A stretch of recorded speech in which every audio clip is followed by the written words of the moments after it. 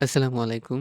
সবাইকে বিসিএস ফ্রন্টেসের পক্ষ থেকে আজকের ডেইলি স্টার পর্বে স্বাগত জানাচ্ছি। তো বেসিক্যালি আমরা আজকে কিছু গুরুত্বপূর্ণ সম্পাদকীয় অংশ এবং পার্সপেক্টিভ নিয়ে আলোচনা করব। তো আমরা যেভাবে নরমালি আমাদের পেপার সেশনটা শুরু করি, আজকে একটু ডিফারেন্ট হবে। But you will definitely get some good information out of this conversation. Let started. তো ১ম এই দেখেন যে আসলে যে একটা বিষয় এসেছে, ডক্টর ফাহমিদা খাতুন লিখেছেন। তিনি বলছেন যে, "the reform that will shape true legacy of July uprising." তো জুলাই আপরাইজিং বিষয়টা আসলে কি? জুলাই গণঅভ্যুত্থান। এটার পেছনের আ লেগেসিটাকে আমাদের ক্যারি করতে হলে কিছু সংস্কার প্রয়োজন। সে বিষয়টি বলেছে। তিনি বলেছেন প্রথমত যে, "July 2024 is one of the pivotal moment in Bangladesh history" এবং এটা কেউ ডিনাই করতে পারবে না। যেটা আমাদের জন্য পিভটাল মানে খুবই সিগনিফিক্যান্ট একটা মোমেন্ট এবং এটা শুরু হয়েছিল কোটা প্রোটেস্ট থেকে। বাট এই যে কোটা প্রোটেস্ট এটা আসলে একটা গণ আন্দোলনের রূপ নিয়েছে। এর পেছনে আসলে কারণ কি? তিনি সেটা এক্সপ্লেইন করেছেন যে আ From a historical perspective, the defining question is why a movement over public sector recruitment transformed into a demand for systemic political change. তো এই যে সিস্টেমিক পলিটিক্যাল চেঞ্জে কিভাবে এটা ট্রান্সফর্মড হয়েছে বিষয়টি তিনি বলছেন। তিনি বলছেন এর পিছনে কিছু গুরুত্বপূর্ণ আন্ডারলাইং ফ্যাক্টর রয়েছে। তো দেখেন তিউনিসিয়ার এক্সাম্পল দিয়েছে যে আরব বসন্তের সূচনা হয়েছিল জাস্ট একটা স্ট্রিটের একজন ভেন্ডরের সেল ইমোলেশন থেকে। বাট সেটা একটা রিজিওনাল প্রোটেস্টে আপনার রূপ নেয়। তো এই country under increasing economic above all 11%। আচ্ছা, এখানে বিষয়টা যে আমাদের অর্থনৈতিক কাঠামোটা অনেক বেশি নড়বড়ে হয়ে গিয়েছিল, করাপশন অনেক বেড়ে গিয়েছিল এবং এই বিষয়গুলো কিন্তু মানুষের সামনে খুব ক্লিয়ার ছিল। তো এই যে বিষয়টা এগুলো কিন্তু আল্টিমেটলি অনেক বড় একটা সিগনিফিক্যান্ট মোমেন্টের জন্ম দিয়েছে। এরপর দেখেন যে reforming confidence in Democratic competition is a top priority. তো আমাদের এই যে জুলাইয়ের যে এ স্পিড বা আমাদের যে গণতন্ত্রের যে ধারা সেটাকে যদি আমাদের অব্যাহত রাখতে হয়, তবে অবশ্যই আমাদের ডেমোক্রেটিক একটা কম্পিটিশন থাকতে হবে দেশে। আদারওয়াইজ আমাদের গভর্নমেন্ট কিন্তু ঠিকভাবে ফাংশন করবে না এবং it will um cause several problems. The key lesson of July is that when legitimate political contests are limited, public frustration can escalate into protest. তার মানে পলিটিক্যাল যদি যেটা যদি প্রশ্নবিদ্ধ হয়, রাজনীতিতে যদি প্রশ্নবিদ্ধ হয়, দেন আপনার মানুষের মধ্যে হতাশা বেড়ে যায়। মানুষের মত প্রকাশের স্বাধীনতা যদি সীমিত হয়ে যায়, কনফাইন্ড হয়ে যায়, দেন সেটা কি হয়? সেটার কিন্তু লং লাস্টিং একটা ইফেক্ট রয়েছে। তারপর যে বিষয়টি এখানে প্রায়োরিটি দিতে হবে সেটা আমাদের ব্যাংকিং সেক্টর। আমাদের banking sector has reached a point where small scale connections are no longer sufficient. এখানে যেটা বলা হচ্ছে সেটা আমাদের ব্যাংকিং সেক্টরটা যেটা আমাদের ইকোনমির ব্যাকবোন হিসেবে পরিচিত। সেখানে কিছু ক্রাইসিস এবং চ্যালেঞ্জেস রয়েছে এবং এগুলোকে খুব এফিশিয়েন্টলি অ্যাড্রেস করতে হবে। যেমন non performing loan, poor governance, insufficient capital and slow judicial process demands a wide ranging reform plan. তো এই বিষয়গুলো কিন্তু দেশকে আপনার ইকোনমিকে শক্তিশালী করতে হলে অবশ্যই যারাই দায়িত্বে আছে তাদেরকে অ্যাড্রেস করতে হবে। সো লাস্টলি তিনি যে বিষয়টি বলেছেন সেটা যে, "What the July uprising is truly symbolized was a deeper desire to see the state go beyond regulation to serve as the protector of citizens' right." তার মানে মানুষের অধিকার সংরক্ষণে কিন্তু আপনার রাষ্ট্রকে সর্বোচ্চ চেষ্টা করতে হবে। Security and opportunities. A modern social construct should be based on 3 core principles: accountability, equal opportunity and trust. এই ৩ টা বিষয় মানে যদি দায়বদ্ধতা, তারপরে সবার জন্য সমান সুযোগ এবং বিশ্বাস। এই ৩ টা জিনিস যদি আপনার জনমতে নিশ্চিত করা যায়, then citizens feel that the state treats them fairly, uphold their rights equally under the law and manage public resources wisely. So এটা একটা ডেমোক্রেটিক স্টেবিলিটি এবং ইকোনমিক গ্রোথটাও অনেক বেশি সাস্টেইনেবল হবে। তো এই বিষয়টি এখানে আলোচনায় রয়েছে। এরপর দেখেন যে for women A degree must build a vision not just a biodata. তো দেখেন এখানে শিমু আক্তার তিনি যে বিষয়টি বলছেন, তিনি বলছেন যে আমাদের ইউনিভার্সিটিতে মেয়েদের পারফরম্যান্স খুব ভালো। বাট এটা এটার পরে তিনি যে এক্সাম্পলটা দিয়েছেন, but behind this inspiring statistics also exist A heart breaking reality. মানে কি হয়? মানুষ মেয়েরা অনেক পরিশ্রম করে একটা ডিগ্রি আর্ন করে। But the implication of this degree is very limited. দেখা যাচ্ছে যে এটা শুধুমাত্র ম্যারেজ মার্কেটে একটা পোর্টফোলিও হিসেবে কাজ করে। বাট এটা তো আসলে হওয়া উচিত না। ঠিক আছে? এর মেইন রিজন যে মেয়েদের লাইফে লং ভিশন থাকে না। এ life without A goal like a ship without A radar. এখানে তিনি এই ফ্রেজটা ব্যবহার করেছেন। তো আপনারা দেখতে পাচ্ছেন যে একটা জিনিস লিখতে হলে কতগুলো স্ট্র্যাটেজি আপনারা ফলো করতে পারেন। সো যেটা করতে হবে সেটা আমাদের মেয়েদেরকে স্বপ্ন দেখাতে হবে। তাদের যে আ চিন্তাভাবনা সেটার যে যে ব্যারিয়ার সেটাকে ভেঙে এটাকে বড় করতে হবে। Young women of Bangladesh must not let their hard work be reduced to a single hand of on biodata. They must find their rudder and determine their own vision. A woman who possesses a vision for her own life chooses to feed inferiors and gains the power to walk away from any situation where dignity is compromised. তো এটা বিষয়টা বলেছে, এখানে এই বিষয়টি এসেছে। তারপর দেখেন যে why changing RAF's name or repackaging it is not enough. দেখেন আমাদের এই র‍্যাব আরকি এটা হচ্ছে র‍্যাপিড অ্যাকশন ব্যাটালিয়ন, যারা হচ্ছে আপনার গত সরকারের সময় আ হিউম্যান রাইট ভায়োলেশন নিয়ে অনেক বেশি তৎপর ছিল। এটাকে একটা রাজনৈতিক অস্ত্র হিসেবে ব্যবহার করা হয়েছে। সো এখন সরকার এটাকে নতুন করে সংস্কার করতে যাচ্ছে। যার ১ম কাজ হচ্ছে যে র‍্যাবের যে নাম সেটা চেঞ্জ করবে। বাট এটা আসলে কোনো ফ্রুটফুল কিছু জন্ম দিবে না। যদি এর মেইন স্ট্রাকচারাল চেঞ্জ, যেটা আসলে মেইন রুট কজ অফ হচ্ছে আপনার করাপশন অথবা ভায়োলেশন অফ হিউম্যান রাইটস। তো এটার মেইন রিজনটা হচ্ছে স্ট্রাকচারাল চেঞ্জ যদি না করা যায় বা স্ট্রাকচারাল ইস্যুগুলোকে যদি প্রপারলি অ্যাড্রেস না করা যায়, তাহলে কিন্তু এটি আসলে খুব একটা আ ফলপ্রসূ হবে না। এই বিষয়টি হচ্ছে আপনার একজন এক্সপার্টিস হচ্ছে বলেছেন কল্লোল মুস্তাফা।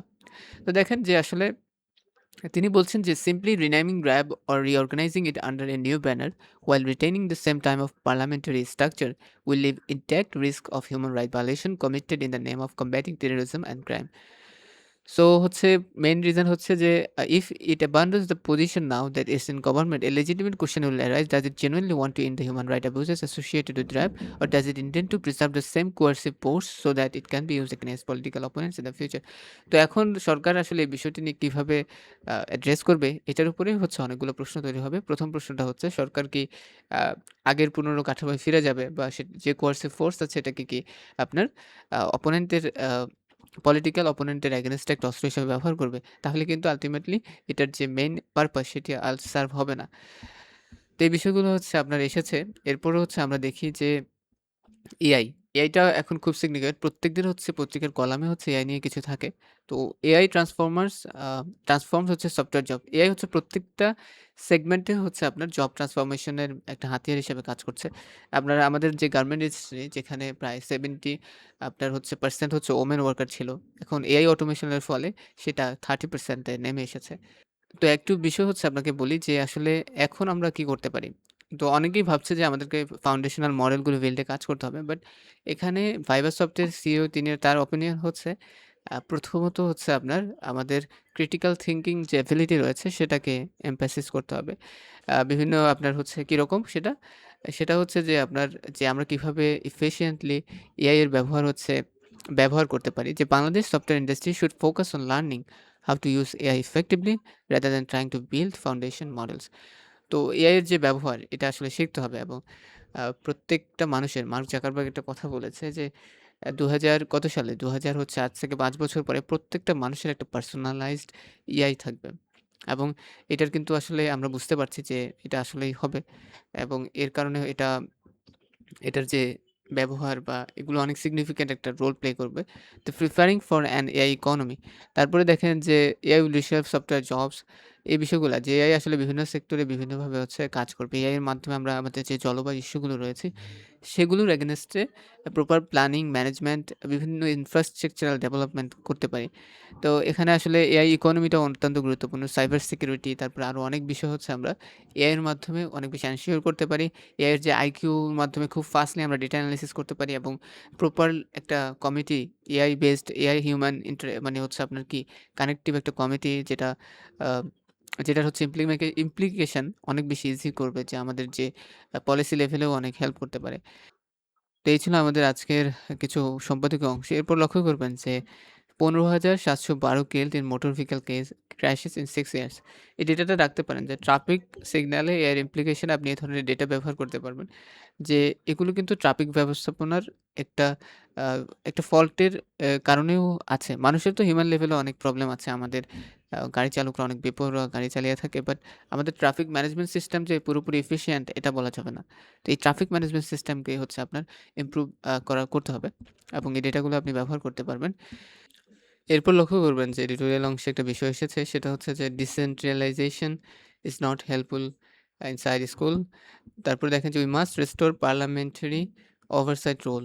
ব্যাপারটা হচ্ছে গিয়ে যে Bangladesh uh, the question of accountability and transparency in state institution often arise. Bangladesh faces a major public controversy, but this question almost always remains without meaningful answer. The lack of accountability is often caused by weakness of the institutions that are supposed to ensure it. তো এই যে হচ্ছে ব্যাপারটা হচ্ছে যে আমাদের যারা দেশকে পরিচালনা করেছেন, তাদের হচ্ছে ইন্টারনাল কিছু ইনস্টিটিউশনাল আ উইকনেস রয়েছে। যার কারণে কিন্তু আমরা কিন্তু ট্রান্সপারেন্সি এবং অ্যাকাউন্টেবিলিটি হচ্ছে এনশিওর করতে পারছি না। সো এই বিষয়টাকে অ্যাড্রেস করতে হবে ইন অর্ডার টু হচ্ছে আপনার restore a democratic inclusive human Bangladesh. So এটা হচ্ছে এখানে আছে। তারপরে দেখেন what research retraction reveal about our university weeks নিয়ে। তো দেশের হচ্ছে ইনস্টিটিউশনে একটা বড় রোল প্লে করে প্রত্যেকটা জায়গায়। একটা দেশ যখন আমাদের কান্ট্রিতে বিনিয়োগ করে থাকে, তখন সে মেইনলি দেখে যে এই কান্ট্রির লেবার ফোর্সের হচ্ছে কস্ট কিরকম, ইনস্টিটিউশনের কোয়ালিটি কিরকম। এগুলো হচ্ছে একটা কান্ট্রি হচ্ছে যখন বাইরের কেউ হচ্ছে আমাদের দেশে মেজার করে থাকে। সো ইউনিভার্সিটি যে ক্যাপাসিটি বা ইউনিভার্সিটির যে নলেজ ফস্টারিং যে অ্যাবিলিটি এটা আসলে কতটুকু শক্তিশালী, এটা একটা গুরুত্বপূর্ণ মানদণ্ড হিসেবে কাজ করে ইকোনমিকে আপনার শক্তিশালী করতে। কিন্তু আমাদের ইউনিভার্সিটিগুলার কিছু ভ্যারিয়েশন রয়েছে। যেমন হচ্ছে আমরা রিসার্চ ফান্ডিং আমাদের খুবই লিমিটেড। তারপরে হচ্ছে teaching overload and time constraint. আমরা আসলে এমন কিছু পড়াচ্ছি যেটার আসলে প্র্যাকটিক্যালি কিছু ফিল্ড আছে যেগুলো অনেক বেশি কস্টলি। বাট এগুলোর দেশে কোনো প্রপার জব সেক্টর নেই। সো যারা ওগুলো পড়ছে এখানে কিন্তু বড় একটা ইনভেস্টমেন্ট যাচ্ছে এবং they are going to a leave the country later so after graduation. So এটাকে আবার ব্রেইন ড্রেন হচ্ছে। এই যে বিষয়গুলো এগুলোর জন্য হচ্ছে একটা প্রপার হচ্ছে ইনস্টিটিউশনাল মার্চ হচ্ছে প্রয়োজন ইন্ডাস্ট্রির সাথে। যাতে করে আমাদের যে হাই হচ্ছে আপনার ইনভেস্টিং যে ডিপার্টমেন্টগুলো রয়েছে, এগুলোতে আমাদের যে জনশক্তি থাকবে তাদের জন্য একটা চ্যানেল থাকবে। যাতে তারা হচ্ছে দেশের সেবায় হচ্ছে নিজেদেরকে নিয়োগ করতে পারে। আবার দেখা যাচ্ছে একটা বড় অংশ কিন্তু গভর্নমেন্ট সার্ভিসে আসতে চায় আফটার গেটিং দ্য ডিগ্রি। তো এটাও যে দুর্বল দিক বলব এরকম না। কারণ আ স্টুডেন্টদের ক্যাপাসিটি আসলে তাদেরকে একটা জায়গায় হচ্ছে নিয়ে যেতে সাহায্য করে। সো যে বেশি ক্যাপাবল সে অবশ্যই হচ্ছে দিন শেষে চাকরিটা পাবে। তো উইক গভর্নেন্স এবং এটা একটা গুরুত্বপূর্ণ সমস্যা। দেশে হচ্ছে আপনার প্রচুর হচ্ছে করাপশন হয়। ডিউ টু হচ্ছে আপনার এই যে রুলস অফ ল বা আইনের যে শাসন সেটি সঠিকভাবে কার্যকর না হওয়াতে পলিটিক্যাল একটা আ কি আছে ম্যানিপুলেশন রয়েছে সব ক্ষেত্রেই। ট্যালেন্ট শর্টেজ আমাদের অবশ্যই দক্ষ মানবশক্তির অভাব রয়েছে অথবা যারা ট্যালেন্টেড পারসন রয়েছে তাদেরকে সঠিকভাবে ব্যবহার করতে পারছে না রাষ্ট্র। তো এই যে বিষয়গুলো এগুলা কিন্তু আমাদের একটা অবস্ট্যাকল হিসেবে কাজ করছে। তো এই ছিল আমাদের আজকের পত্রিকা পর্যালোচনা সেশন। আপনারা যারা ভিডিওটি দেখেছেন অবশ্যই হচ্ছে আমাদের চ্যানেলটা সাবস্ক্রাইব করবেন। Everybody wants to energy security post the Iran war but how? দেখেন ২০২২ সালে হচ্ছে আপনার রাশিয়া হচ্ছে ফেব্রুয়ারিতে রাশিয়া ইউক্রেন ইনভেড করে বসে। রাশিয়া থেকে পৃথিবীর বিভিন্ন কান্ট্রি কিন্তু তেল বা এলএনজি এগুলো আমদানি করত। একটা কান্ট্রির উদাহরণ দেওয়া যেতে পারে যে Australia the 80% of it's a liquid হচ্ছে আপনার ফুয়েল আ এগুলো এক্সপোর্ট করে থাকে। বাট এই হচ্ছে আপনার রাশিয়া হচ্ছে ইউক্রেন ক্রাইসিসটা আসলে আমাদের ইকোনমিক একটা হ্যাম্পার পুরো পৃথিবীর যে গ্লোবাল ইকোনমি আছে সেখানে একটা হচ্ছে আপনার ট্রিগার করেছে। এরপর দেখেন যে আপনার হচ্ছে মিডল ইস্ট ক্রাইসিস। এখন ইরান যে একটা অস্থিতিশীল মিডল ইস্ট যেখান থেকে ইউনাইটেড আরব এমিরেট থেকে কিন্তু বাংলাদেশ প্রচুর পরিমাণে এই যে লিকুইড ন্যাচারাল গ্যাস বা পেট্রোলিয়াম এগুলো আমরা হচ্ছে ইম্পোর্ট করে থাকি। তো এগুলো আমাদের দেশের ইলেকট্রিসিটির জন্য ইলেকট্রিসিটি প্রোডাকশনে হেল্প করে থাকে বা দেশের যে গ্যাস সার্ভিসটাকে প্রপারলি রাখার জন্য অনেক গুরুত্বপূর্ণ। তো এই যে এনার্জি ক্রাইসিসটা সৃষ্টি হচ্ছে এটা কিন্তু ইকোনমিকে ব্যাপকভাবে সিগনিফিক্যান্টলি এটা কিন্তু হ্যাম্পার করছে। তো এই যে হাইন্ডার করছে আমাদের ইকোনমিক গ্রোথকে এর মেইন রিজন কি we do not have a diverse source for হচ্ছে আপনার এনার্জি। আমাদের হচ্ছে একটা ভালো হচ্ছে বিকল্প কোনো ওয়ে নেই। তো এখন গভর্নমেন্ট কি করছে? সো এটার জন্য সবাই হচ্ছে গুরুত্ব দিবে। বাট বাংলাদেশ সরকার হচ্ছে সাস্টেইনেবল রিনিউয়েবল সোর্স মানে এনার্জি রিসোর্সের কথা বলছে বারবার। রিনিউয়েবল এনার্জি সোর্স মানে কি? যেটাকে আপনি বারবার হচ্ছে ব্যবহার করতে পারবেন। ঠিক আছে?